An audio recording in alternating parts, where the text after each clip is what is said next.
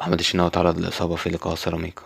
تعرض الحارس محمد الشناوي حارس فريق الأهلي للإصابة دي يا جماعة في اللقاء الذي جمع بين فريق الأهلي وفريق سيراميكا في نصف نهائي كأس السوبر المصري.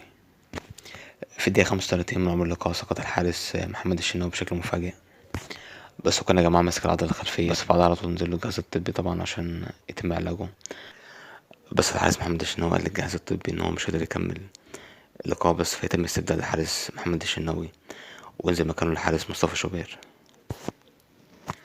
بس كده يا جماعة وكده نكون وصلنا لنهاية فيديو النهاردة عن محمد الشناوي تعرض للإصابة في لقاء سيراميكا.